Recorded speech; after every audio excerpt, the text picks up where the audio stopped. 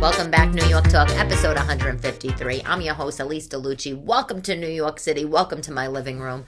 Fact of the day. Do you know what an upside-down pineapple means, symbolizes? Like, if you're about to go into a bar and you see on the door a decal, upside-down pineapple, do you know what that is?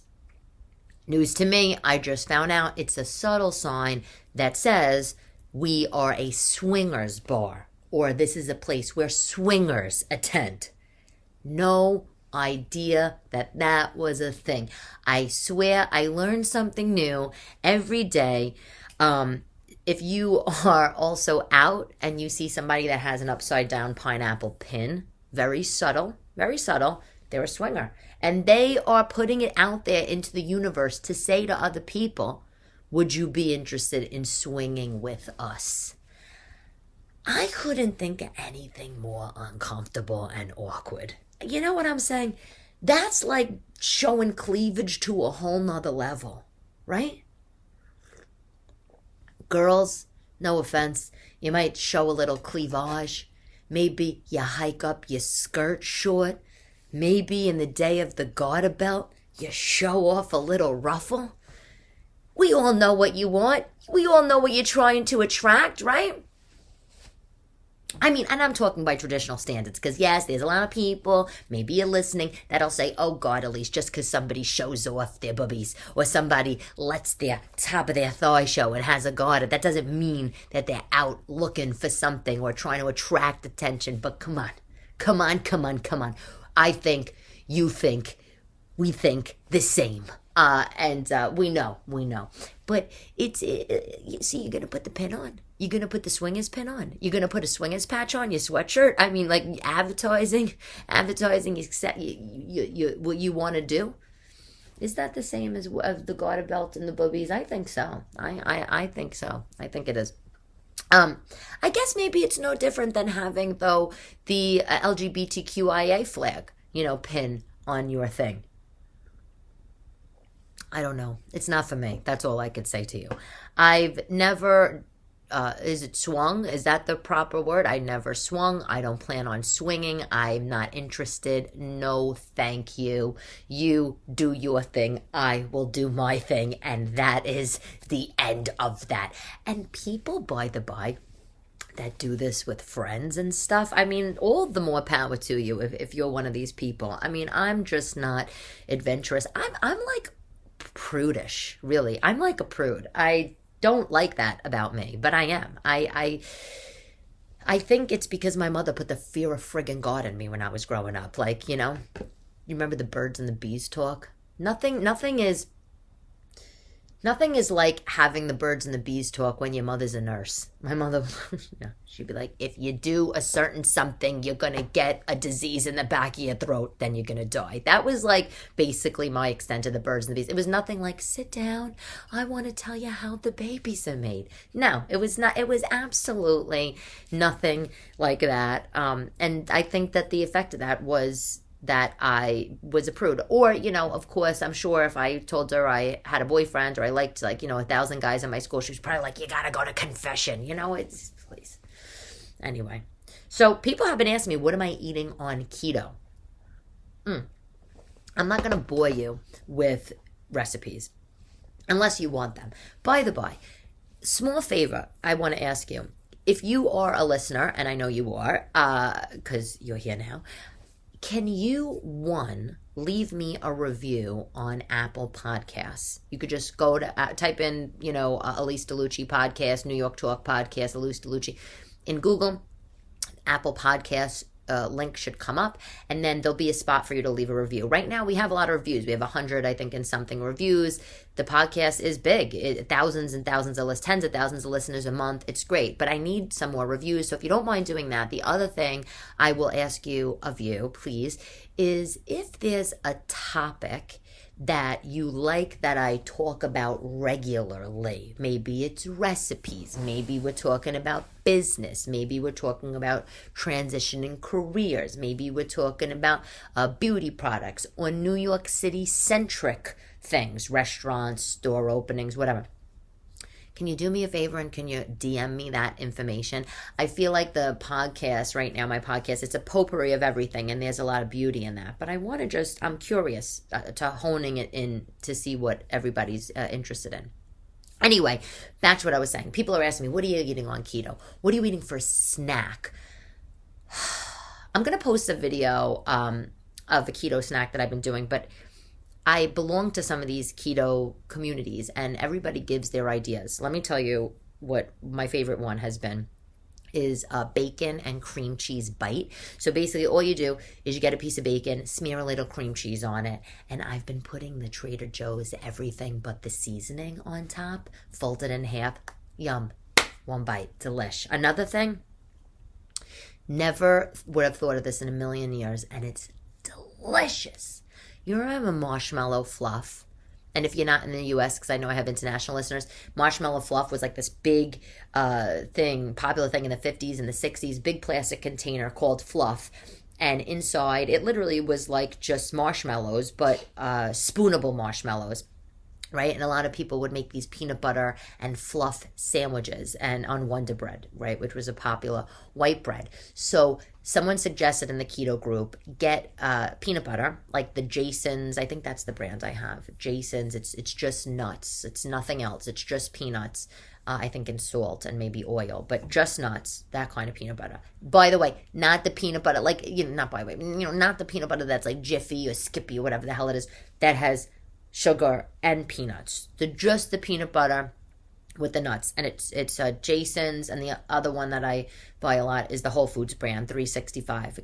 It's like the organic one. It's like, and it's not expensive. It's way cheaper than the Jason's brand, to be honest. But I got this one on sale. Anyway, take a scoop of the peanut butter, put it in a bowl, and put a scoop of sugar-free Cool Whip. Mix it up together, and it tastes exactly like a marshmallow fluff MPB. Sammy. That's so good. So I'll have a spoonful of that if I have a craving. Eggs and bacon. I've been eating a lot of eggs and bacon. And then the last little snacky thing that I've been doing is Belgioso, is, cheese brand. They make these Parmesan power bites, they call them, like power snacks or something. They're a little tiny square cube, like 1-inch cube of Parmesan cheese. You can eat as much cheese as you want on the keto diet. Like the best is Parm, Gouda, like a lot of the hard cheeses. So I've been snacking on that. And then, of course, sometimes I'll wrap the cheese in the bacon, that whole thing. But it's like high-fat snacks. And I know I would never dream of having this kind of stuff, but this is the diet. It's working. I'm loving it. Still down the 12 pounds, 11 pounds, but my pant size is down, which that's really what matters. Who cares about the numbers, right? In fact, right now, if you're watching this, I'm actually, you wouldn't be watching it because I'm not posting the videos right now. That's a whole nother thing. I'm wearing high-waisted jeans, and my waist is way smaller. Loving that, loving it. Okay, TV talk. Watched a new show, binged it, totally done with it already. Amazing. Because it's a quick watch. You've probably seen it, to be honest, on Netflix. Love on the Spectrum. Dating show about people on the autism spectrum, and they want to find love. It's not like they're showing you the process of them, picking people from a lineup kind of thing. There is not a contest element. There's not like a watch them select their mate kind of element. The producers of the show are actually picking the dates for them, and so they're just set up on a blind date, and they meet these people, and we see how they interact, right?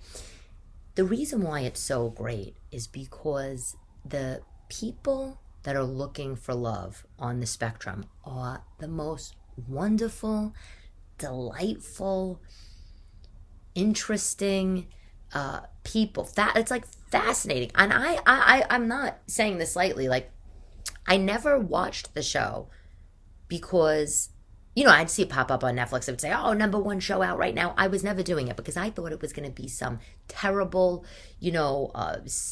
tabloidy kind of show that's exploiting people with a disorder or an illness. And I was like, I'm not doing this kind of trash TV. Even though the ratings were great, even though I read a lot of warm and fuzzy stuff about it, I just felt guilty. I was like, I'm not comfortable watching a dating show, watching autistic people try to find love. What is blah, blah, blah. Now, side note, I have a ton of friends that are autistic. I probably am on the spectrum because I talk all over the place. I look all over the place. I never was diagnosed anyway. So it's like the spectrum is indeed a spectrum. Some of the people that are on the show seem like they're just, Chad in accounting. You'd be your best friend. These people. Some of the people seem, I should say, or whatever, they have real impediments. Maybe it's a speech impediment. Maybe their words aren't connecting. And they are like geniuses.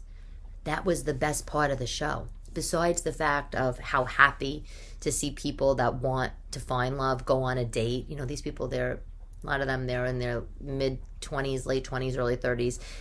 There's one guy who's 63, never been married, never had a date. Do you know what that's like to go through life and never have gotten to be taken out for a meal or hold hands with somebody? To see a human being having that experience for the first time was so wonderful to watch. And you see the surprise and the emotion expression. It's amazing. But the other part that I really loved more than that was how smart these people. There was this one kid named Sabat. I don't know where he was from, but he's a numbers genius. Like, you can ask him, any date of any year, and he's telling you the day of the week that it was. He was doing, the producers asked him some multiplication crazy things, and he was coming out with the answer like that. It was incredible. These people, some of them, of the people that were on the show, well versed in historical facts and the interests that they have, or the level of interests, the levels that they get out with their interests, with history or, I don't know, medieval folklore, whatever. It was just crazy. Besides the fact their personalities are great fun. So for me, a comedian, one of the things that I love being about a comedian is I love other comedians. I love how nuts they are. Oh, I love nothing more than other comedians. They're nuts. Everybody's nuts. Everybody has a trauma. Everybody's doing this for some reason. I mean, of course, there's people like me that just want to do it because I want to be friends with the world, right? I want to just have all the friends. I know how lonely things could be and isolating things could be. But there are so many people that do it for all their own reasons, and finding out all the weird and wonderful quirks in their personalities. Oh, it's the best. Oh my God, wait. As I'm talking to you, I hear banging on a pot, and I'm like, what is that noise? This is the downfall of filming a podcast, recording a podcast in your house. It's my sauce. I made a pork sauce the other day. I should probably, you know what? Hold on. Let me turn off the burner. I shouldn't be doing this. This is crazy. But, all right. I turned it off. I'm back. The Tooth's taking his girlfriend away. Tooth lives some friggin' life, this guy. Can you imagine? I was working like a dog for my family. And now, I'm divorced. Guy goes away all the time like it's his second job. Anyway, must be nice. He's going away. And he said to me, I have all this meat, extra meat. You want it? And I was like, of course I want it. So he brought me like 2 pounds of sausage. It's not the sausage that I usually like. I like cheese and parsley, Wheeler sausage. If you're Italian and you're listening to this, I feel like you know it. Thin Wheeler sausage, absolutely delicious. I usually buy it at Baico's downtown, La Bella in Brooklyn or Staten Island, wherever I go. Anyway, Uncle Giuseppe's Marketplace, if I could find it. Any Italian supermarket, I look. And sometimes if I'm really desperate and I want a cheese and parsley, I bought the Premio, the Premio sausages in the supermarket. Not the best, but in a pinch, it'll do. So if you're listening to this in the middle of nowhere and you have no access to an Italian supermarket, Premio, But he got these from a place called Good Chop. I don't know if you've ever heard of this. It's a meat subscription, and they deliver meats and organic, free range chicken, poultry, meat, pork, steaks, blah, blah, blah, blah. Whatever. And so he brought me these Italian sausages, and I said, all right, I'll try them. So I made a pork sauce yesterday anyway, and that's what's whatever, because I'm heating it up for the kids for lunch. Okay, so moving on. Have you ever tried float therapy? Do you even know what this is? I'm reading an article, one of my papers that I read all the time, and somebody said something about a new way of therapy, a float deprivation tank. And I was like, no, a sensory deprivation tank. And I was like, sensory deprivation? What the hell is that? Isn't that a coffin? Like literally, right? Apparently, so it's called float therapy. And there's places in New York all over. Look it up online. The one place that I found, Greenpoint, Brooklyn, downtown Brooklyn, vesselfloats.com. Check it out.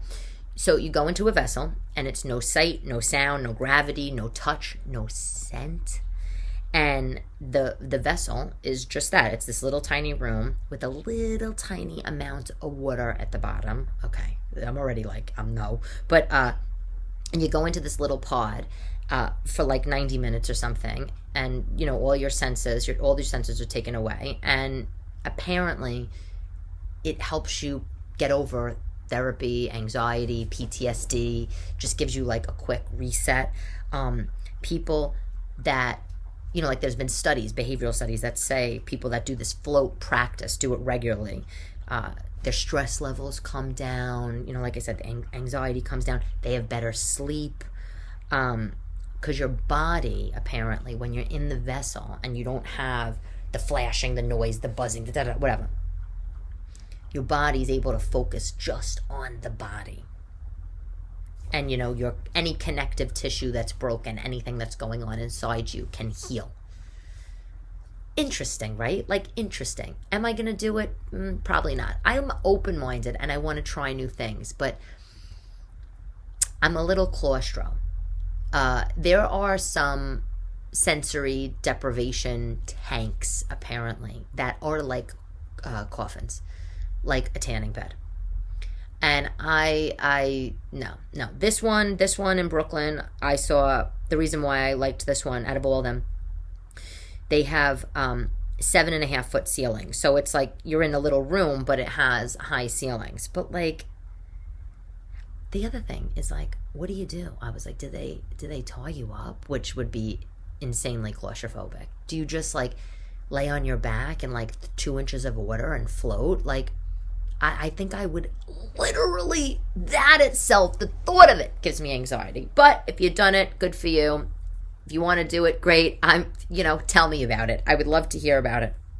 And apparently, by the way, this place in Brooklyn, they offer you pre-float drinks, post-float drinks. Like, okay. So after you just got all the toxins out of your body, after your whole everything just, connects back and your mind is working great, what you should do is you should go out and you should have a pina colada. I mean, come on. I mean, of course they're not. They're probably like some, fancy, healing martini, a healing sakatini. Not for me. I found a new bank. That was another thing. Not for me. I didn't, well, not the bank's not for me, but I found it online.